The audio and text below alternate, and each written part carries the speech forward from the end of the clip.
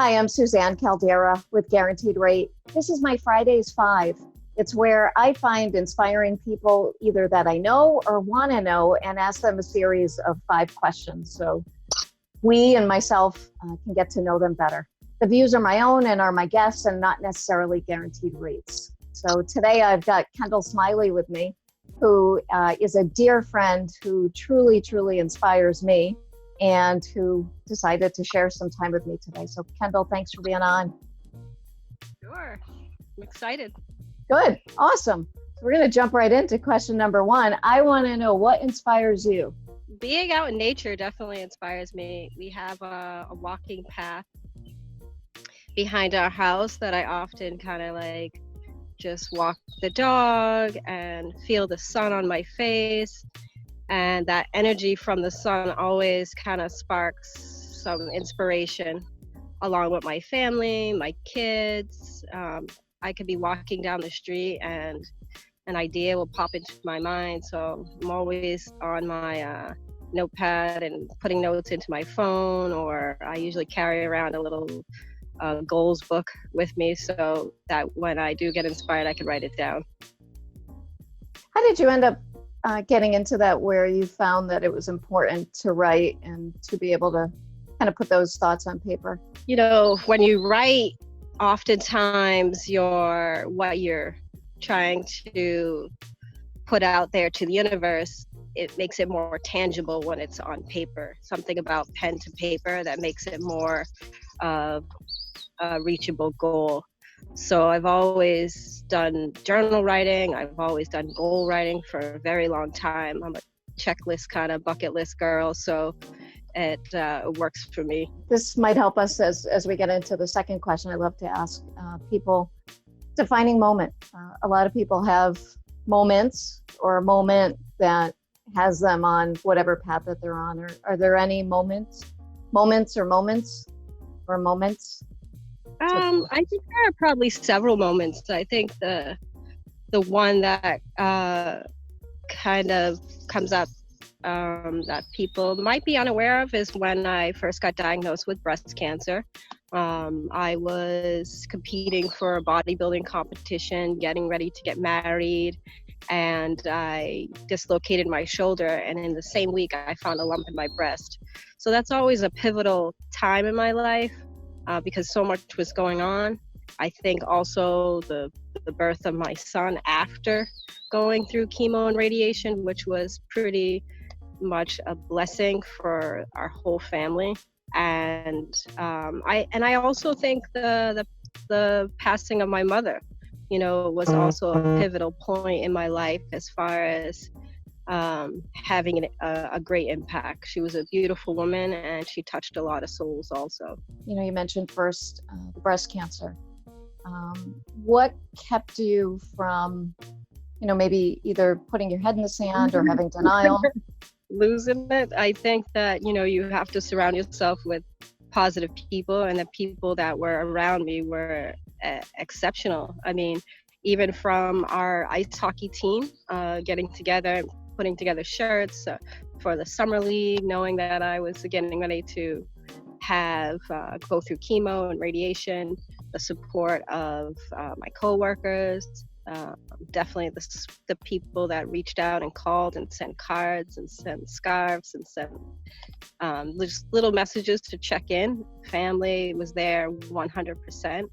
So you have to negate the negativity and try to do everything in your being to be able to be up for the challenge. I mean, life has got to put obstacles in the way, and how are you going to overcome them, or you will succumb to them. So you have a choice, and even when things may seem bleak, you have to find that one little light ray that you can get through, so that way you can get to the other side. What was your ray of light in those dark times? I did write to myself oftentimes to say that I will get through this. I had 2 young boys at the time that I was raising, and they were 5. So you know, when people think of cancer, some people automatically think of death. So you have to put things in perspective to believe that it's not just you, going through it. The people around you are also feeling it. So you want to be able to guide them through it also, and show that you have the strength to get through it. And if you have to cry, you do it in the bathroom when no one sees you. You're gonna have low moments, so you just have to not stay down and stay low to figure out what's gonna pick you up, whether it's good music or just calling a friend that's gonna always lift you up, or talking to your spouse or a family member that's gonna keep you up. Just don't stay in that place, because your body hears it.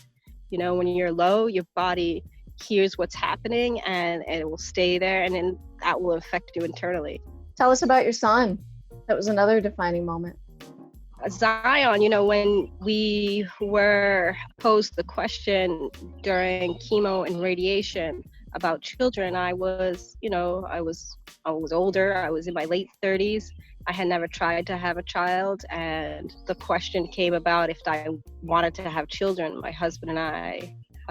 And we did. We wanted to have children, but not knowing that there could be a possibility that we could not after going through all of the treatment. We decided to do IVF, and to freeze my eggs as a just in case. So that was pretty a big decision early on, and a big question mark of not knowing, and also having to have that conversation with my oncologist. When we decided to have Zion, it was before the 5-year mark of being cancer-free. They often want you to be at a certain point before you even consider having children, because the hormones, and it's going to affect your body. And I'll have to come off a certain cancer medication that I take called tamoxifen for a period of time in order to be able to have him. So that was a big debate. We were not even confident, but we were pretty like, we're gonna give it a go and see what happens. And we were very thankful to have 17 babies on ice, and we were able to have Zion after on the first try, which was pretty remarkable. I want to hop into to my third question. Who have been some of your mentors in your life that you think have shaped you? One that stands out is my paternal grandmother, my father's mother. She was way ahead of her time. Her name was Lena Brito, and she was an entrepreneur. She had her own beauty salon. She was a real estate agent. But the one thing that stands out the most is when I was very young, she had left school to work in welding during the war when men were off. She had supported the family. So she went up to Boston and decided to follow her older sister and leave school. But she never finished. So at the age of 65, she went to college, and she got an associate's degree, and she's in social work, and she became a social worker at 65. She always wanted to go to school. And as a young person, watching your grandmother going to college with 20-something-year-olds, and they came over for study hall to her house and came over for parties. It was pretty remarkable to see someone be able to create that, put it out there. She also wrote a book about our family, knowing that the town that I live in now, I am 5th generation here. We were a big part of the community in the cranberry bog and the whaling industry, that the town has dedicated a corner to our family because we're one of the oldest families. So now Zion is 6th generation here, which is pretty amazing to be walking on the same land that my great-great-grandfather walked on. My mother, who was very influential, she was one of 10 girls growing up. She was the third. So she was always motherly to her younger siblings and always took care of things and got things done.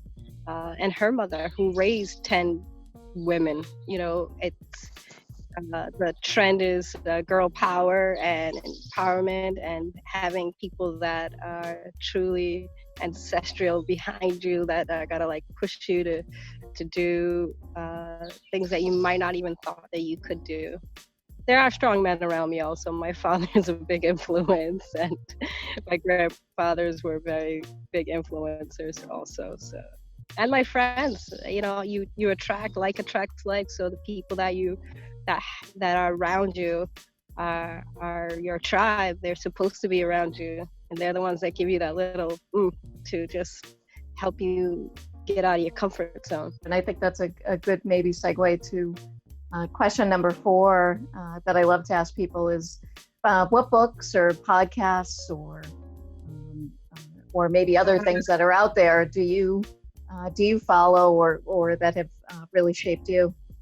I just finished Life Visioning by Michael Beckwith. A friend, I had it on my Amazon list, and a friend of mine that I reconnected with, him and his wife are big manifestors, and they teach in Florida about visioning and discovering your goals and your true potential. So that was it was a good book. I'm definitely a manifester and someone that focuses hard on, you know, seeing what I could create, but also learning to be able to let that go and have more inspired thought, so that you don't have to forcefully do things, like to be able to sit in meditation and try to clear your mind, so that way you have room for those great ideas to come through. Because if you're constantly go, then you can't hear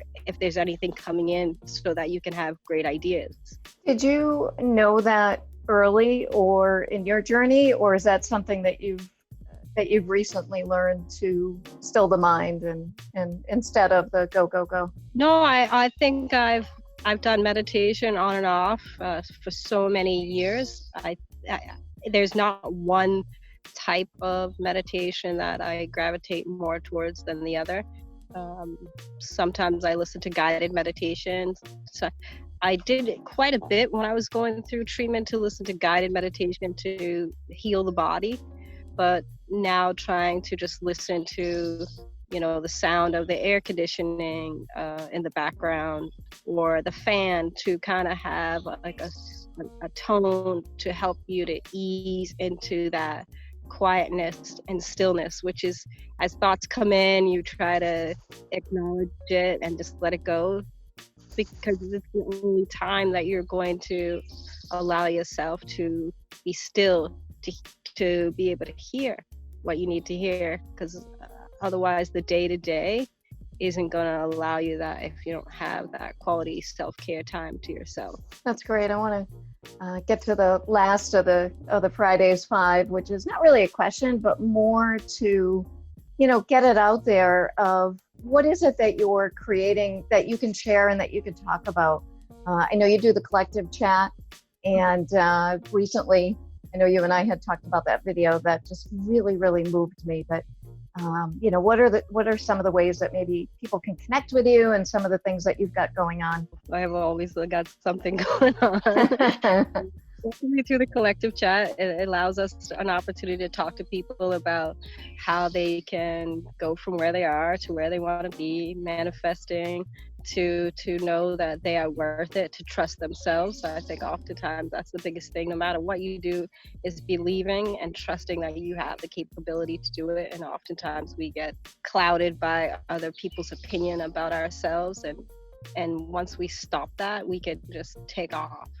I mean, totally soar in whatever we want to do, but we get all hung up on what the idea, the Instagram post of what has to be perfect, and this has to go the right way in order for us to be successful. I make jewelry. I think that's also my creative out. I taught myself when I was at Howard University. I saw a pair of earrings I'd like, and I couldn't afford it, so I taught myself how to make jewelry, and that's always been an escape as far as being able to just breathe. Like, that's my like happy place, like my you know. Also automatic writing, you know, journal writing, just write whatever thoughts come to your mind is also works for me. Yeah, so they can follow me on Instagram, they can follow me on Snapchat, they can follow me on Facebook. Kendall Van Smiley is my jewelry. Kendall V Smiley is my Instagram for just my day-to-day being a mom and wife. And the collective chat is just if you have any questions about life and you need to just talk to someone about it, we're here. Well, Kendall, I just want to say you're a true inspiration to me and to anyone that gets a chance to watch this. Oh my goodness, thank you. Yeah, for real. It's you are so dear to me. Love you to death, and thank you so much for being on this episode. And can't wait till this goes live and it gets out there. Love you too. Thank you.